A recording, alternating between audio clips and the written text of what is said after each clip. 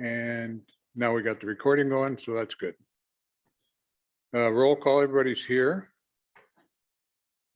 Is there any disclosure of pecuniary interest? Seeing none. Minutes of our last meeting were pre-circulated. Any motion, addition, deletion, correction? Motion? Tony? And Lori? And no, I'll call the question then. All in favor? Call everybody's. All in favor? Thank you. Okay, the agenda this evening. The second item on the agenda, or the second application, I understand the parties have agreed to defer. And everybody's in agreement. So we'll have a motion to defer it to our next meeting. Chad, is that good? Yes, Mr. Chair, assume so. Parties have agreed to defer. I believe we'll be in a position to come back at the next meeting. Okay. Moved by.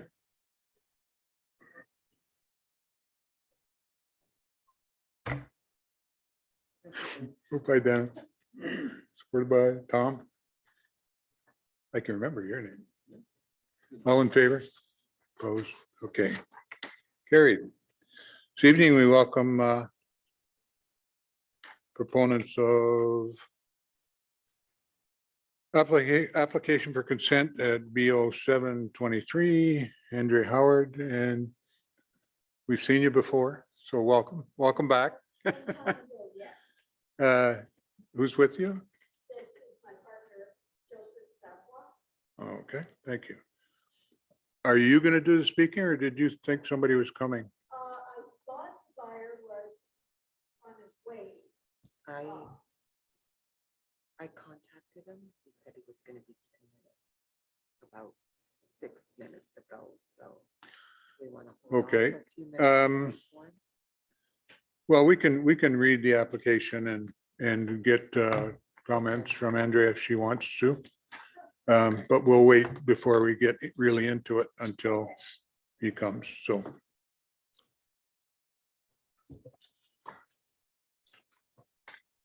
Application for consent BO 723, Andrea Howard, 1441 Shawnee Road. The purpose of the application is to request consent for the following: to sever a residential lot having a frontage of 15.24 meters, 50 feet, a depth of 40.2 meters, 132 feet, and a lot area of 613.1 square meters, 6,600 square feet, outlined in red. The proposed retained lot containing an existing dwelling will have a frontage of 15.24 meters, 50 feet, and a regular depth, and a lot area of 613.1 square meters, 6,600 square feet, as outlined in green on this sketch. Number 2, to create an easement across the retained lot in favor of the severed parcel, having a width of 3 meters, 10 feet, and a depth of 40.2 meters, 132 feet, as outlined in pink on the sketch, for the purpose of providing municipal services to the severed parcel from Shawnee Road. The severed parcel is zoned residential R3-20, which permits a semi-detached dwelling and establishes minimum lot and yard requirements. And the retained parcel is zoned residential R2-26, which permits a single detached dwelling and establishes minimum lot and yard requirements. The lands are designated residential in the official plan. The subject application was previously heard by the Committee of Adjustment on May 31st, 2021, under consent application BOA 21. The conditions of consent application BOA 21 have not been met, and the consent is scheduled to expire on June 4th, 2023. Accordingly, the applicant is reapplying for the same severance. Administration and agency correspondence, engineering. It is noted that this application was previously heard by the Committee of Adjustment on May 31st, 2021. Since that time, Public Works and Engineering Services has had numerous discussions with the applicant's representatives whereby it has become evident that the servicing of this severance will be challenging. Although some of the applicant's representatives have provided preliminary servicing proposals, none have been to the satisfaction of Public Works and Environmental Services thus far. It should be noted that Public Works and Environmental Services has communicated the town's comprehensive servicing expectations to the applicant's representatives since the original consent application. Prior to finalizing the severance, Public Works and Environmental Services will require that serviceability can be demonstrated and must consider the following: that the parcel to be retained and the parcel to be severed are to be serviced with separate water supplies, storm and sanitary sewer systems to the satisfaction of the Town of Tecumseh Public Works, Water Division, and the Building Department prior to the severance being finalized. Based on pre-consultation for this application, it is our understanding that the proposed easement on the retained property is for the proposed storm service connection from Shawnee Road to the severed parcel. It is further understood that the semi-detached dwelling is proposed on the lot to be severed. Both halves of the proposed semi-detached dwelling will require storm service connection, and these connections must also be in an easement, A split Y storm connection from the proposed Shawnee storm service is allowed. Rear yard drainage must be addressed, provided for the retained portion of 1441 Shawnee to the satisfaction of the town building official prior to the severance being finalized. Sanitary and water services to the severed property will be from Briette Court. Due to the number of existing utilities and infrastructure conflicts on Briette, it is anticipated that the existing sanitary sewer will need to be extended southerly to the limits of the new severance. Extensions of the sewer will be required. Complete design by the registered professional engineer, stamped engineered drawings to the satisfaction of Public Works and Environmental Services, design in compliance with all applicable codes and standards, including the design standards for CLI ECA as published by the Ministry of Environment, Conservation and Parks. Design drawings are to include profiles of all proposed service connections, including existing ground elevations, proposed pipes, grades, sizes, inverts, etc., location and elevation of all utilities and other municipal infrastructure that will be crossed, etc. The process of extending the sanitary sewer must commence early in acknowledgement that design review and approval periods can be lengthy. Should the severance be conditional approved by the Committee of Adjustment, it is recommended that the applicant take the necessary steps to commence the process immediately. Public Works and Environmental Services cannot guarantee, nor can it be held responsible for holding up the severance due to submissions that are presented late in the consent process. In addition, we also note the following: storm services are proposed via a proposed 3-meter wide easement off of Shawnee. Public Works and Environmental Services anticipate in order to satisfy this condition, it must be confirmed that the proposed easement provides sufficient room to reconstruct and undertake future maintenance work on the proposed storm service connection. To date, confirmation for this issue has not been provided by the town. No structures will be allowed to be erected within the proposed easement. Any existing structures found to be within the limits of the proposed easement must be completely removed. Permits from the Town of Tecumseh Water Service Division are required, and a town water operator is to be on site during the installation of the water services and for daylighting all water infrastructure. For the installation of any municipal services, water, storm, or sanitary, all required separations to existing utilities must be adhered to. Minimum separation distances from water infrastructure to storm and sanitary infrastructure might also be adhered to. that the applicant be required to provide an engineered drainage and grading plan prepared by a qualified professional engineer for the severed and retained parcel to the satisfaction of the town of Tecumseh building official prior to the severance being finalized, that the cost of servicing requirements will be at the expense of the applicant. This includes engineering, consultant fees, and construction costs. All existing infrastructure disrupted as part of the servicing construction must be fully restored to the satisfaction of Public Works and Environmental Services. This includes, but is not necessarily limited to, pavements, sidewalks, curbs, boulevards, driveways, etc. That the applicant be required to obtain permits from the Town of Tecumseh Public Works Division and install access driveways in accordance with Town of Tecumseh standards from Briac Court to the parcel to be severed. The Building Department. The owner contractor shall install services to the property to the satisfaction of the Town of Tecumseh Engineering Department. Once the connections are approved, they can apply for a building permit. Owner contract shall obtain a building permit for proposed construction. All proposed works are required to meet the requirements of the Ontario Building Code. An engineered lot grading plan shall be submitted at the time of application. No comments from fire, no concerns with application from Essex Power. IRCA's comments are as follows. The site is not located within the regulated area of IRCA, therefore Section 28 permit is not required. IRCA has no objections to the application. Thank you. Thank you, Donna. Is this your buyer? Okay. Did you want to speak to this application? Yeah. We've read the application, and Donna was just reading all the comments from engineering and that. Presumably you've seen that document or had that discussion. Okay. Is there anything you want us to know or to submit? Okay. Oh, you need to use the mic, yeah, sorry. No, sir, I don't have no problem to follow all the requirement to make the application. Okay, I'm okay. okay, good. I'm sorry. So who's currently the owner of the lot? You are. So there you have a offer to purchase or something? Okay.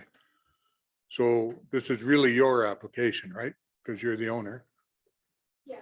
Okay, Previous buyer was he, but okay. I'm just trying to figure out who we need to really satisfy. Okay. Chad, can you help us with the laundry list of engineering requirements, which is, I've never seen this many. Thank you, Mr. Chair. Yeah, and there's a reason for that. We've had numerous meetings with the prospective purchaser of the lot and gone over various servicing alternatives, some of the complications, or I should say challenges associated with those, and the related costs. And we believe that it's a serviceable lot, but it's not going to be the cheapest serviceable lot. So we're prepared to let the severance application go before the committee on the basis that we know that there's a viable servicing solution. It's just that there are some expenses involved with that solution, and the applicant has been made well aware of that. Okay. So what you need for us tonight to do is to somehow, because they're not going to get it done by August or June. Mr. Chair, June 4th, Yeah. it lapses. Obviously, So, they're not yeah, going to get it done by no, then. they won't get it done by then, but we feel that there is adequate time. It's 2 years from the From date today. that the date that the decision is granted. Yeah, or mailed out, sorry. Oh, okay. Notification of the decision, so by Friday, but yeah, two years. So what is, I forget the date of the original decision. The date of tonight's decision? Sorry. When tonight's decision Yeah, is circulated by the Secretary Treasurer, which is usually done at the end of the week, Right. Friday, which would be June 3rd, Right. 2 years from that day. So June 2 years. 3rd, So we're restarting 2025. the date. Correct. Okay. And That's just to what I was remind trying to get the at. committee, Mr. Chair, this was granted from a land use planning perspective. It makes great sense because it's a sort of infill of the development pattern along Briette. And it's a type of intensification and infill. It provides more housing. And of course, we've heard a lot about that recently.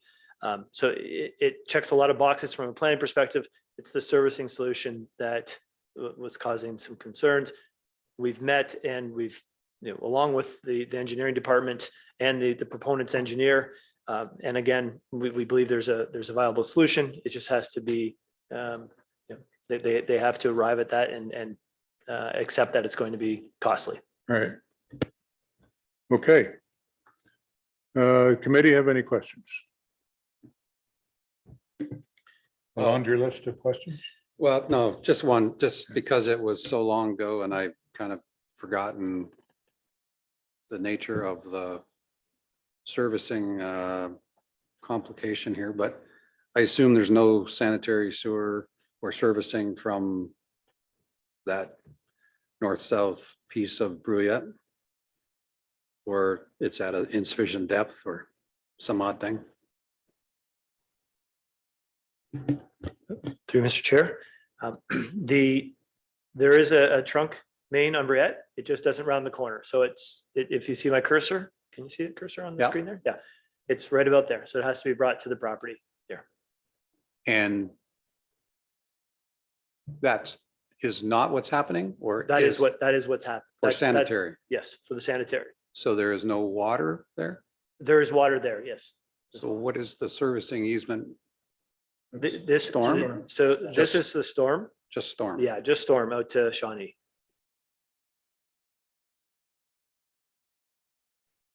In the reading that we heard, just to clarify that, because I was confused by that too, talked about having 2 services in that easement? So, Mr. Chair, what the engineer was referring to, and it's getting a little bit ahead of the game. In the future, if the proponent wants to sever this parcel such that each unit of the semi-detached dwelling is on its own lot, so it has freehold ownership of that, they'll have to have a separate connection.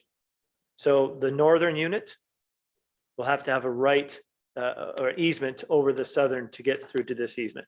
But that can happen at the time that Okay. is presented for severance. It doesn't need to be installed at this point. They might install 2 catch basins at this point, just in anticipation of that happening in the future. Okay. Right. So just to clarify, you're saying in the event that the property to the north wants to do a similar severance? Is that what you're saying? Sorry, through Mr. Chair, this property, the green and the red, have both been rezoned. That was a condition of the severance that was granted 2 years ago. And the property that's outlined in red was rezoned to permit a semi-detached dwelling. Oh, Okay, so the 2 units can be built on that lot and severed if they want to. They could always just rent out the units and have 2 units without each being on its own individual lot. But in anticipation of the possibility of that happening, they might want to put a second catch basin in the rear yard. okay. Yeah. Thank you. Through you, Mr. Chair. On the green lot, I know that within the easement, everything will be, that's in the easement will be deconstructed or torn out. What is that little right jutting out on right there? What would that be?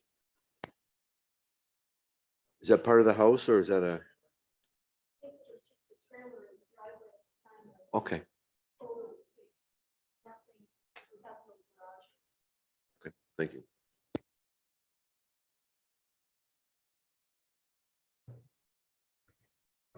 Through you, Mr. Chair, just a friendly reminder that Mr. Jobin is on our screen and would need to hear responses via the microphone. So if Member Petrie would like to maybe repeat, I guess, the response for Mr. Jobin's purposes. My question was on the green encompass lot. I was asking what that little piece that was in the easement was. I thought it might be part of the house, and they advised that it's just a trailer that was parked in the driveway.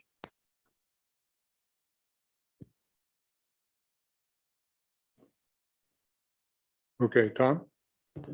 Just further that, so is there anything that has to be deconstructed other than the driveway pavement? Nothing on the structure of the house or to access the servicing? I know the drawing's distorted, but you know. No, the only thing is just a little overhang over the back door. There's no. No, you gotta push the button. It's gotta be lit up. There you go. There's no garage or any building or anything there. It's just a straight driveway. The old garage was torn down.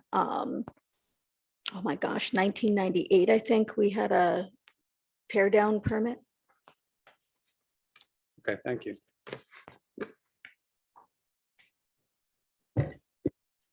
Tom, or So just to be through you, Mr. Chair, actually, so just to be clear, this application is in no way different than the one that was submitted from in 2021. One thing I do not recall in 2021 was the mentioning of the severed parcel to be a semi. Now that's something I just don't recall at this point, but if it was, then just to make it clear that this application is in no way different than the one was submitted in 2021. I think to be fair, we wouldn't have decided on that.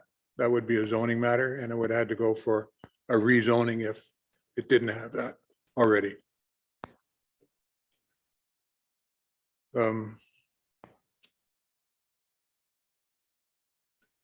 Paul, are you? I can't see you yet. Looking to see if you have your hand up. No, you don't. Okay. I saw him shaking his head. I remember the original application discussion included things about the location of the bus stop and, you know, the more accesses onto the road being jamming up the area. So, but I mean, settled those, so I don't think they're a problem. They're not recurring anyway. So the question is, will we just simply accept the application again to restart the clock? Need a motion if we're going to do that. If not, if there's more questions. Seeing none. Tom? Yes, through you, Mr. Chair. I make motion to approve the application as submitted. I think it meets the 4 tests. With the conditions as listed in the report. Conditions listed in the report, yeah. Okay. Supported by Dennis.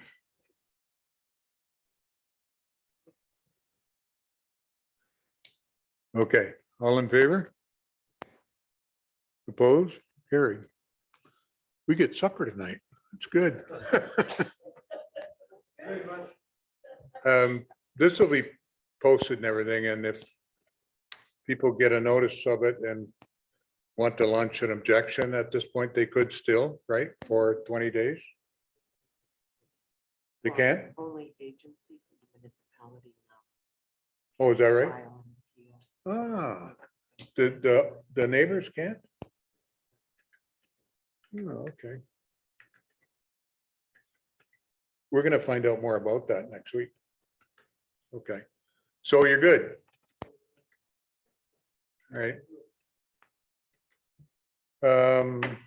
And alluding to that, Donna Donna might be going. She might not. She hadn't got her application in yet to go, but you're gonna do that tomorrow. I'm working on it. Okay, good. And I'm all signed up, so. Anybody else decided they wanted to go now at this point? Being nobody? Nope. Okay. Then I have to be a big report when I get back. Okay. No deferrals, nothing else. Anybody got any new business? Nobody? Okay. Motion to adjourn. Lori? And the guy in the end. The other team. Hey, The other team. Tony and Dennis. Which end? Either end, whatever end you want to use. All right, thank you very much. We're adjourned. Fight the traffic. Hmm? We'll fight the traffic.